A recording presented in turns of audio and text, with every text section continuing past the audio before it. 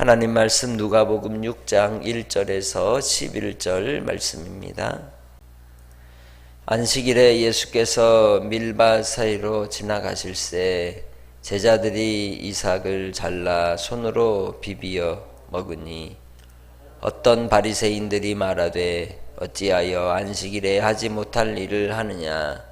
예수께서 대답하여 이르시되 다윗이 자기와 및 함께한 자들이 시장할 때에 한 일을 잊지 못하였느냐.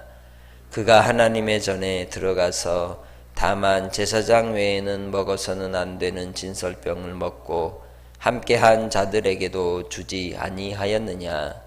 또 이르시되 인자는 안식일의 주인이니라 하시더라. 또 다른 안식일에 예수께서 회당에 들어가사 가르치실새 거기 오른손 마른 사람이 있는지라.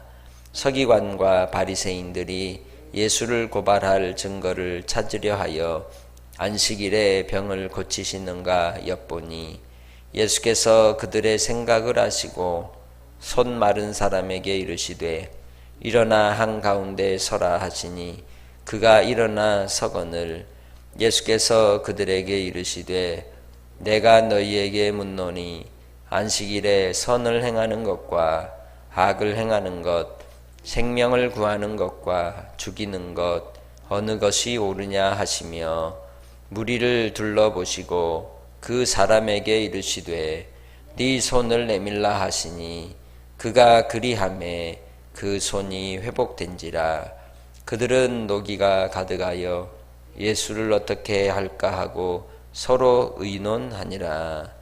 아멘. 누가복음 5장 12절에서 6장 11절까지의 말씀은 하나님 나라의 복음을 드러내는 6가지의 사건들이 기록되어 있습니다. 그래서 하나님의 나라의 복음은 새옷과 같고 포도주와 같고 이제 헌옷이나 묵은 포도주는 유대 전통과 같아서 섞일 수 없음을 이야기하셨습니다. 곧 이 유대주의 안에는 예수 그리스도의 복음을 담을 수 없다는 것이죠. 안식일 논쟁에서도 마찬가지입니다. 하나님의 나라의 복음이 결코 이 율법주의와 함께할 수 없음을 말씀합니다.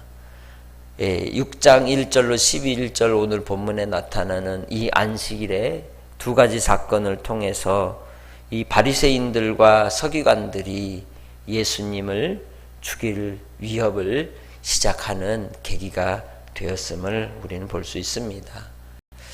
먼저는 예수님께서 제자들과 함께 길을 가실 때, 지나가실 때 이제 이 밀 이삭을 잘라서 제자들이 손으로 비벼서 먹는 것을 보고 바리새인들이 몇 명이 이 예수님의 제자들이 한 일에 대해서 지적을 하는 거죠. 왜 너희들은 안식일에 그 많은 일을 했느냐. 그들은 안식일의 규정들을 아주 세세하게 지적하고 지켜야 될 것과 또 금해야 될 것들을 정했던 겁니다. 그래서 밀 이삭을 뽑는 것은 추수의 행위로 보았기 때문에 안식일에는 해서는 안 된다라고 규정을 했던 것이죠. 또한 밀을 비벼서 그 알곡을 먹는 것도 역시 금지된 행위로 했던 겁니다. 그러니까 예수님의 제자들이 금기사항을 이제 범하는 죄를 지적하고 있는 것입니다. 예수님께서는 이에 대해서 뭐라고 말씀하셨습니까? 다윗이 3절에 얘기하는 것처럼 그들이 배가 고파서 이제 하나님의 전에 있는 진설병을 먹은 이야기를 이야기하죠. 이 사건은 사무엘상 21장 1절로 9절에 기록된 사건입니다. 따지면 정결의 의식에 있어서 제사장만 먹어야 될 떡을 다윗도 먹었다. 그처럼 5절을 통해서 결론을 맺죠. 5절의 말씀이 무엇입니까? 인자는 안식일의 주인이다. 할렐루야.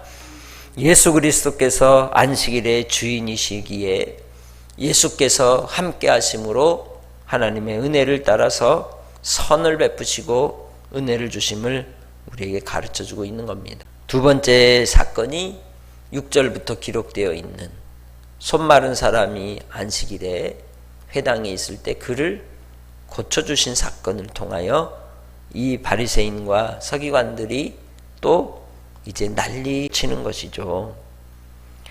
그들이 안식일의 규정에 따르자면 안식일에는 병을 고치면 된다? 안 된다. 다만 생명이 위독하다고 여겨질 때만 고칠 수 있다.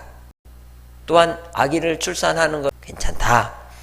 이런 형태로 어떤 이 규정을 너무 세세하게 정해 놓다 보니까 하나님의 본래의 뜻과 의도를 지키기보다는 그 법에 매이게 되는 거죠. 그래서 예수님께서 오늘 본문을 통하여 우리에게 무엇을 이야기하느냐? 선을 행할 것이냐? 악을 행할 것이냐? 하나님의 뜻을 행할 것이냐? 하나님의 선하심을 따라 순종하며 살 것이냐를 우리 신앙의 기준으로 우리에게 가르쳐주고 있는 겁니다. 오늘 말씀처럼 안식일의 주인은 누구다? 우리 주 하나님이다. 하나님께서 우리를 통하여 선을 행하실 것인지를, 생명을 구하는 것인지를 묻고 있는 겁니다. 주 안에서 우리가 하나님을 섬길 때 그 하나님을 섬기는 그 신앙의 태도를 따라 또한 형제를 사랑하고 이웃을 사랑하라 하셨음을 우리가 기억해야 하는 겁니다. 그래서 주님께서 우리에게 주신 인생의 삶 속에서 항상 우리의 마음의 중심이 누구를 향하여? 하나님께로 향하여 있을 때, 보통은 우리가 항상 하나님 앞에 핑곗거리를 마음속에 가지고 행동하는 것들 때문에 하나님이 꾸중을 하시고 지적하시는 것이죠. 안 그런가요? 그러니까 그것은 하나님 앞에 회개해야 될 일인 것이죠. 그러나 형제에 대해서, 이웃에 대해서 큰 이제 아픔 가운데 있을 때 그를 돌아봄으로 주의 선하심을 따라 우리가 이해할 수 있고 판단할 수 있는 겁니다. 중요한 것은 오늘 우리 가운데 이 안식을 왜 주셨느냐? 우리를 통하여 하나님의 은혜를 누리는 주의 백성으로 살게 하실 뿐만 아니라 곧 이 안식일을 통해서 참된 하나님 나라의 영원한 안식이 우리에게 주어졌음을 가르쳐 주시기 위함인 줄 믿습니다. 그래서 우리가 이러한 일들을 볼 때 11절에 그들은 노기가 가득하여 예수를 어떻게 할까 하고 서로 의논하니라. 다른 게 문제가 아니라 마음으로 형제를 정죄하고 판단하고 심판하는 것은 더 무서운 거예요. 우리의 판단을 조금 더 보류하고 미루고 한참 뒤에 하나님이 어떻게 하시는지를 우리가 볼 필요가 있다는 겁니다. 그래서 우리는 주님 앞에 어떤 마음을 가져야 되느냐? 불쌍히 여겨야 돼요. 아멘. 그리고 진리 아닌 것에 대해서는 우리가 이런 마음을 가져야 돼요. 따라해 볼까요? 그럴 수도 있지. 네. 그 판단은, 우리 인생의 판단은 너무 좁고 편협한 거예요. 내가 옳은 것 같아도 옳지 않을 때가 있는 거예요. 결국 그 마음은 누가 판단하실 것이다? 하나님이 판단하실 것이다. 그래서 우리의 판단을 조금 보류하고 미루고 불쌍히 여기는 마음을 가질 수 있는 오늘 하루로 살아가시기를 바랍니다. 하나님 아버지 감사합니다.